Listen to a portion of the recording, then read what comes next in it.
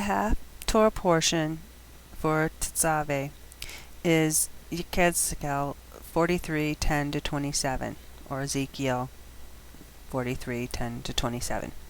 After this he brought me to the gate facing east. There I saw the glory of the God of Israel approaching from the east. His voice was like the sound of rushing water, and the earth shone with his glory.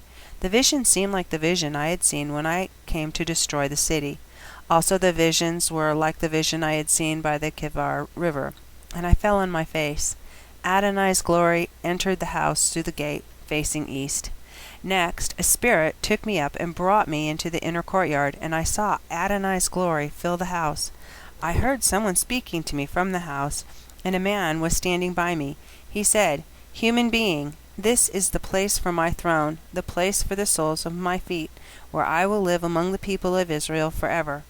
The house of Israel, both they and their kings, will never again defile my holy name by their prostitution, by burying their corpses of their kings on their high places, or by placing their threshold next to my threshold, and their doorframes next to my doorframes.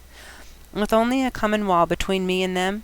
Yes, they defile my holy name by the disgusting practices they commit, which is why I destroyed them in my anger. So now they should put their prostitution at a distance, and the corpses of their king far away from me. Then I will live among them forever. You, human being, describe this house to the house of Israel, so that they will be ashamed of their crimes, and let them measure accurately. If they become ashamed of all they have done, show them the elevation and the plan of the house, its exits and entrances, all its details and decorations, and all its specifications, its designs, and its Torah. Sketch it for them to see, so that they can observe the entire design with its specifications and carry them out. This is Torah for the house. The whole surrounding area on the mountaintop will be especially holy. This is Torah for the house.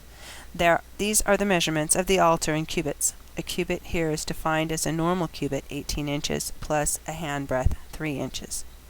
The base, 1 cubit, 21 inches deep, and 1 cubit wide, with the molding surrounding it at its rim about a handspan, 9 inches in width.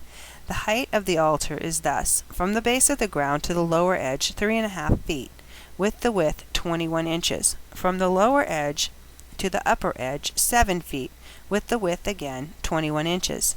The hearth measures 7 feet high, with 4 horns on top of the hearth. The hearth is a square, 21 feet on each of its 4 sides. The ledge measures a square, 24.5 feet on each of its 4 sides. The molding around it 10.5 inches across, and its base 21 inches, larger than the rest all the way around. Its steps face east. He said to me, "Human being, Adonai Elohim says, these are the regulations for the altar when the time comes to construct it. Offer burnt offerings on it, and splash the blood against it. You are to give the Kohanim, who are Levim, descended from Zadok, and who approach to serve me, says Adonai, a young bull as a sin offering. You are to take its blood and put it on the front of the 4 horns of the altar, and on the 4 corners of the edge, and on the molding all the way around. This is how you will purify it and make atonement for it.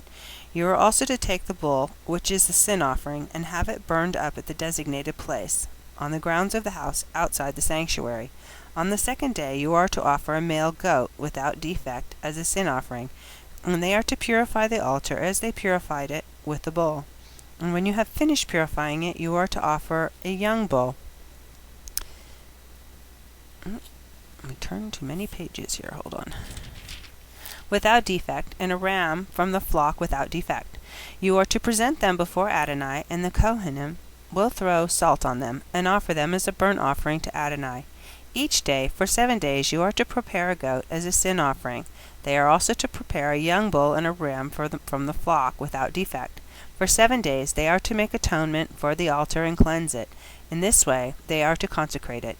When the days are over, on the 8th day and afterwards, the Kohanim will present your burnt offerings on the altar and your peace offerings, and I will accept you, says Adonai Elohim."